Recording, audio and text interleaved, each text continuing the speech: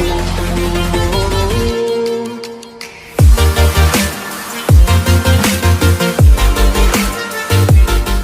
Everyone, welcome back to my channel. आज के class में चैप्टर नंबर 15 प्रोबेबिलिटीज। मैं आपको आज के क्लास में ओनली इंट्रोडक्शन बताऊंगा कि प्रोबेबिलिटीज क्या होता है और कहां से आया, और मैं आपको आज के क्लास में फील कराने वाला हूं कि प्रोबेबिलिटीज आप कहेंगे किसे, आप समझेंगे कैसे। तो देखिए, आप ये जो चैप्टर्स है बहुत ही इंपॉर्टेंट है। इस चैप्टर्स को आप स्किप नहीं कर सकते और इसे आप इग्नोर नहीं कर सकते।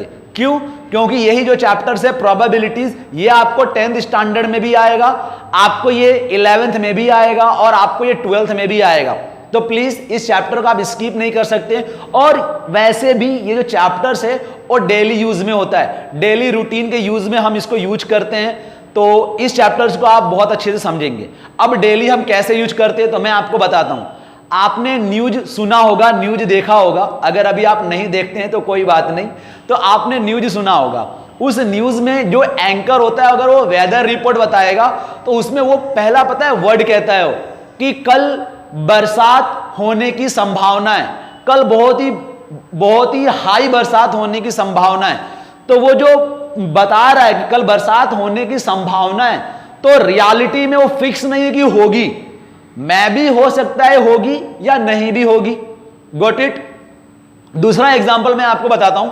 सपोज आपने मैथ की एग्जाम दी और मैथ की एग्जाम 100 मार्क्स का था। अगर आपके फादर आपसे पूछते हैं कि बेटा मैथ की एग्जाम्स में आपके कितने मार्क्स आ जाएंगे, तो आप फादर को ये नहीं कहते कि आउट ऑफ 100 आ जाएंगे, इतने आ जाएंगे। अप्रोक्सीमेट पापा 80 आ जाएंगे, अप्रोक्सीमेट 80 प्लस आएंगे, 70 प्लस आएंगे। तो ये क्या है? प्रोबेबिलिटी तो है। आप एक प्रोबेबिलिटीज बता रहे, आप कोई कंफर्म नहीं कह रहे कि यही चीज पापा इतना ही मार्क्स आने वाला है। या वो न्यूज जो एंकर आपने अभी देखा, वो न्यूज एंकर ये फिक्स नहीं कहता है कि कल कंफर्म बरसात होगी, वो ऐसा नहीं कहता है। वो ये कहता है कल बारिश होने की संभावना है। ओके गाइस, तो ये जो वर्ड है यही क्या होती है? प्रोबेबिलिटीज। तो मैं आज आपके क्लास में आज आपको बताऊंगा कि प्रोबेबिलिटीज में और आपको क्या समझना है। तो प्रोबेबिलिटीज में आपको फर्स्ट वर्ड समझना है एक्सपेरिमेंट। देखिए, हम किसी भी थिंग्स का एक्सपेरिमेंट करके उसकी प्रोबेबिलिटीज निकालते हैं। तो यहां पर आप डेफिनेशन समझिए प्रोबेबिलिटीज मींस एक्सपेरिमेंट का। देखिए, an operation which can produce some well defined outcomes. Some well defined outcome means, आप मान लीजिए कि आपने कॉइन लिया, तो कॉइन को आप अगर सिक्का उछालेंगे तो उसकी दो ही प्रोबेबिलिटीज आएगी। हो सकता है वो हेड आए या हो सकता है वो टेल आए। हेड और टेल ही तो आएगा। वो उछालने में तो ऐसा तो नहीं कि वो जमीन पर ऐसे खड़ा हो जाएगा। बॉलीवुड में होता है, वो सब मूवी में होता है। मूवी जैसा तो है नहीं, खड़ा हो जाएगा, ना हेड आया ना टेल आया। दोनों में से कोई एक चीज आएगा, चाहे वो हेड आएगा चाहे वो क्या आएगा, टेल आएगा। तो ये सम वेल डिफाइंड फंक्शन है। देखिए, आपको समझ में आ रहा है कि सिक्का अगर उछालूंगा तो हेड आएगा या टेल आएगा। वैसे वो क्या कहा जाता है? Some well defined outcomes. ये जो आउटकम्स वर्ड है वो each outcomes is called event. अगर आपका हेड आया तो ये इवेंट है, टेल आया तो इवेंट है। और हेड टेल आने की प्रोबेबिलिटीज को आप क्या कह रहे हैं? एक्सपेरिमेंट कह रहे हैं। और वो क्या होना चाहिए? सम वेल डिफाइन होना चाहिए। अब यहां पर यूज होता है ट्रायल। ये ट्रायल क्या है? तो by a trial we means performing a random experiment. हम जो एक्सपेरिमेंट है, जैसे हमने एक्सपेरिमेंट किया, हमें लाना है हेड और आपने सिक्का उछाला, आ गया टेल। तो फिर से एक बार आप एक्सपेरिमेंट करते हैं, फिर से एक्सपेरिमेंट किया, हो सकता है फिर से आपको लाना था हेड, आ गया टेल।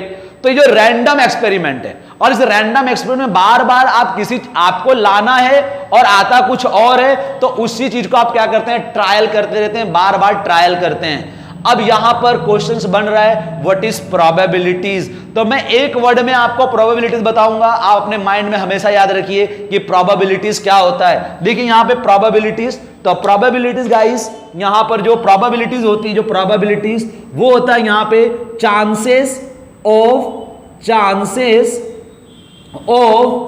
An event. कोई भी इवेंट होने के चांसेस को ही हम क्या कहते हैं? प्रोबेबिलिटीज। या हो सकता है chances of a doubt,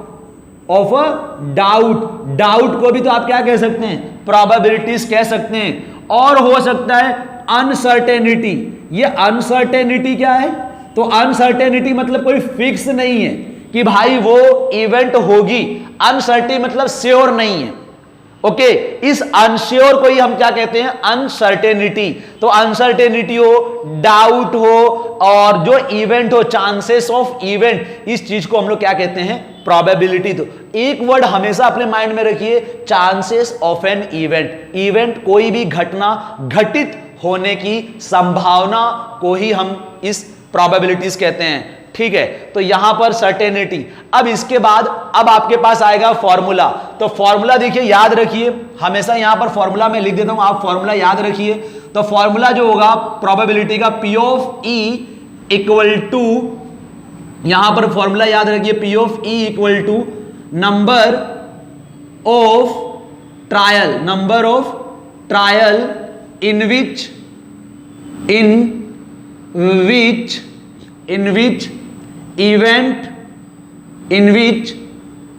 the event happen। वो आपको नंबर ऑफ ट्रायल लिखना है जिससे घटना घटित हुई है, घटना घटी है, अपॉन द टोटल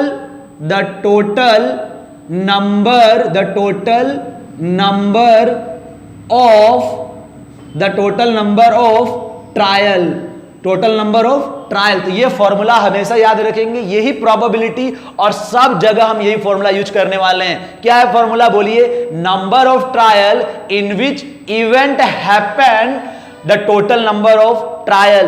अब आपको प्रोबेबिलिटी में और दूसरा चीजें आपको याद रखना है, ये याद रखना है, all the probabilities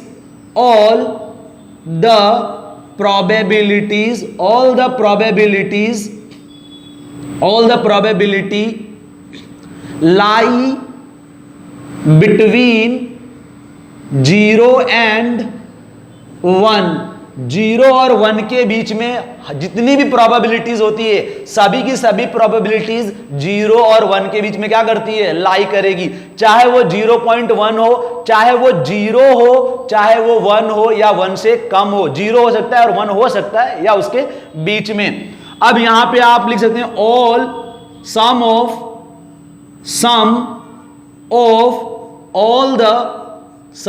all the probability is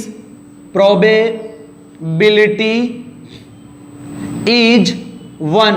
जितने भी प्रोबेबिलिटी अगर आप सभी को प्लस करेंगे तो आंसर क्या आएगा आपका?